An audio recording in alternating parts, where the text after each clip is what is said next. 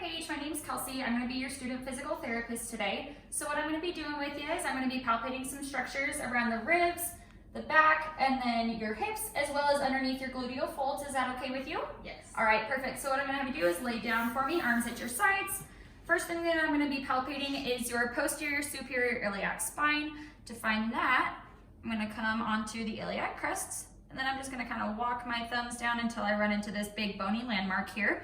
So this is an important aspect to palpate because it is the attachment site for the posterior sacroiliac ligament. It also is directly in line with S2, which is a part of their sacral body. So from here, I'm gonna walk inferiorly and then laterally, and that's gonna run me into the inferior lateral angle of your sacrum. This is another attachment site for that posterior sacroiliac ligament, as well as your sacral tuberous ligament. And then from here, I'm gonna take my hand with a flat palm and come up underneath your gluteal folds to find your ischial tuberosities. Is that all right with you? Yes. Perfect. So taking that flat palm, I'm gonna come up until I feel a bony landmark here. So this is an important structure to palpate because it is the attachment site for your hamstrings, as well as that sacrotuberous ligament. And then the last couple things that I'm gonna be palpating are some ribs. So I'm gonna come up underneath, find that 10th rib. And then from there, I'll walk medially until I run into a pointy landmark here, and that's your 11th rib. Come a little bit more inferiorly, and I'll find rib 12. Then I can walk medially towards the spine, and that's gonna put me at T12. So T12 will provide you a landmark to either continue up the thoracic spine, or you can walk inferiorly and you'll be able to find the landmarks of the lumbar spine. So I'll go down, there's L1, 2, 3, 4, and 5.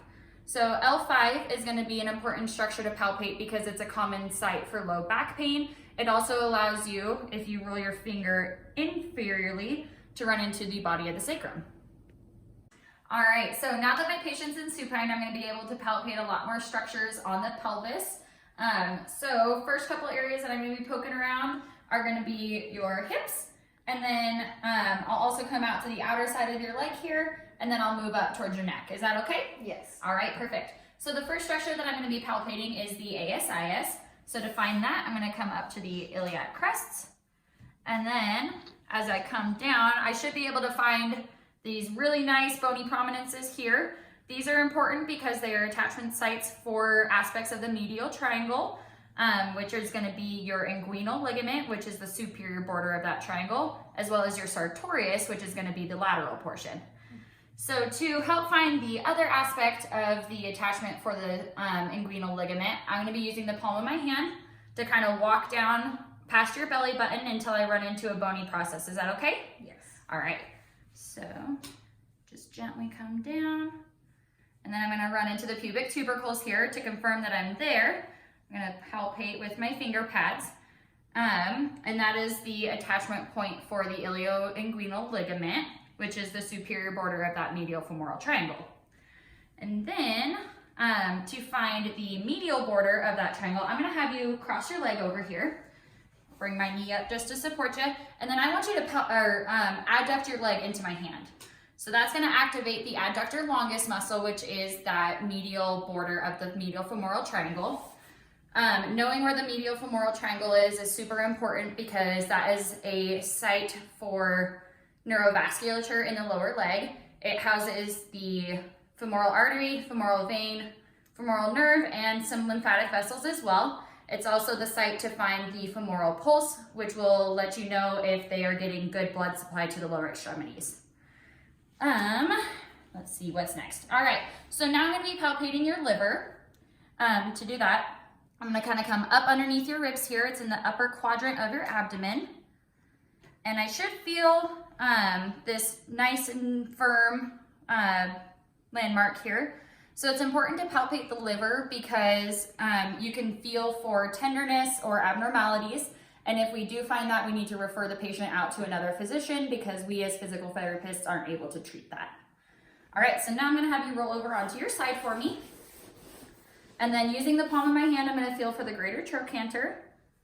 Should be a nice big bony process here. And then to feel the details of it, I'm going to use my finger pads and just kind of work my way around it. This is an important structure to know because it is an attachment site for a lot of posterior muscles, including the piriformis, and it's also a site of referred pain from the low back, the pelvis, and the hips as well. All right, go ahead and roll back onto your back for me. I'm going to move up towards your head. So coming underneath the head here, gently supporting her neck, I'm going to start at the occiput and then move slightly inferiorly. And that's where I'll run into my first bony process, which is going to be the spinous process of C2. If I were to move laterally, I would find the articular pillars. So these pillars are good to know because they help create the gutter where the paraspinals of the cervical spine run through. And then if I were to move even more laterally, I would run into the facet joints. So this C2 is also a good spot to help you find C3 through C5. And then if I work my way down here, I'm going to support you a little bit more. I'm going to run into a nice big bony process here. And I believe that is going to be C7. So to guarantee that, I'm going to move up one level. And then I'm going to have the patient flex her neck and then extend the neck. So as she flexes, that spinous process is sticking out into my hand, and as she extends, it disappears. So that's how I know that she's at C6, and then the one directly below it is going to be C7. So the last thing that I'm going to palpate here is going to be her first rib. I'm going to come in, push deep through the trapezius muscle, and I hit a nice bony landmark in here. So the first rib is important to know because it is an attachment point for the scalenes muscles, as well as it is the base of the neck.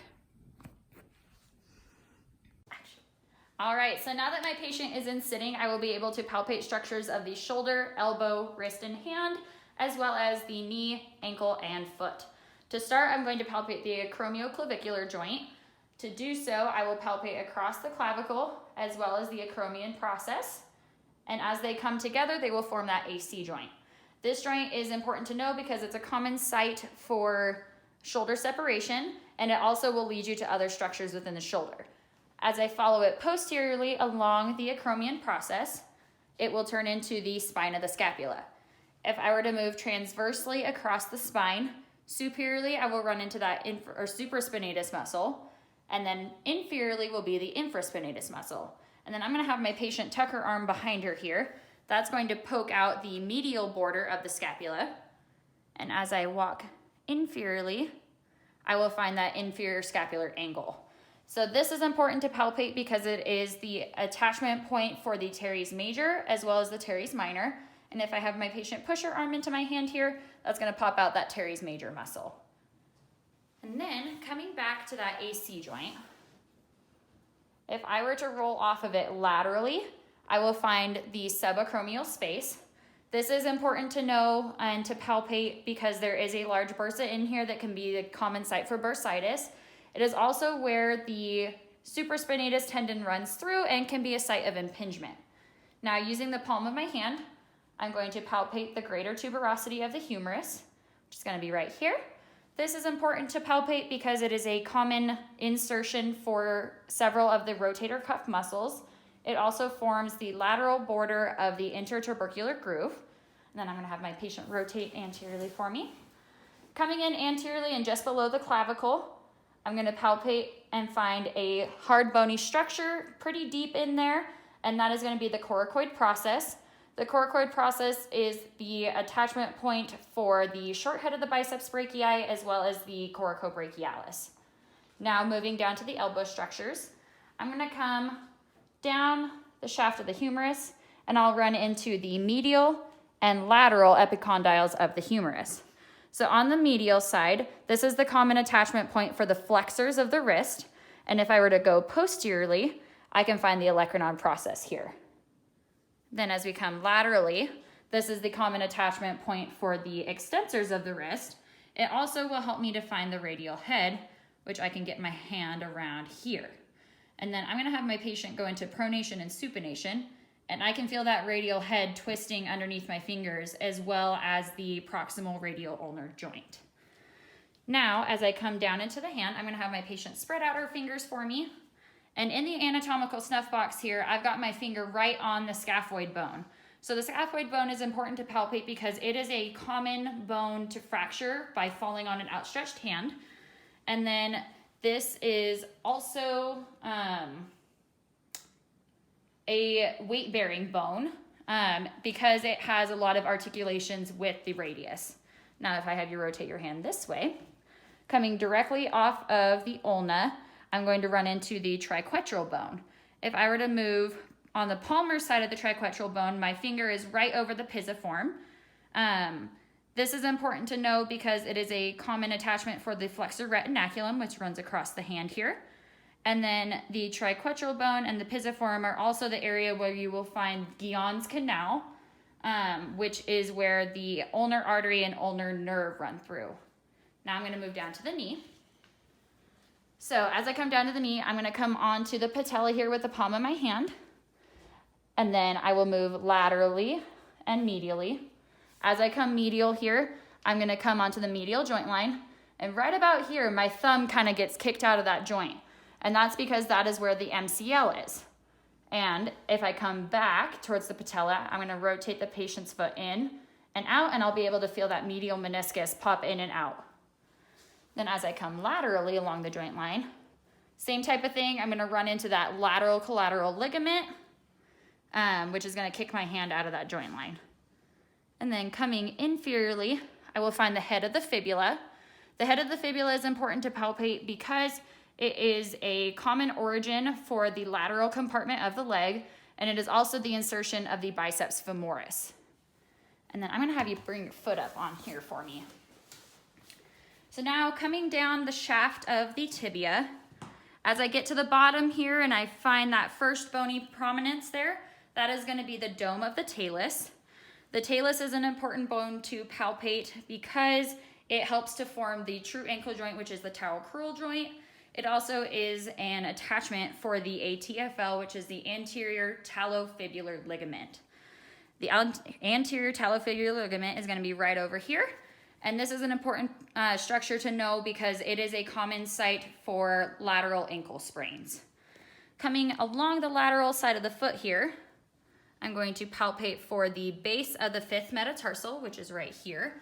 More specifically, it is going to be the styloid process. This is an important structure to palpate because it is the common insertion for fibularis muscles. It is also a common site for avulsion fractures during an inversion ankle sprain. And finally, as we come to the medial side of the foot, using the palm of my hand, I'm going to run into a bony process right here, which is going to be the navicular tuberosity. This is important because you will find the attachment point for the posterior tibialis. And if I move one finger over here, I'm going to be right over that medial cuneiform bone. All right, and that is everything.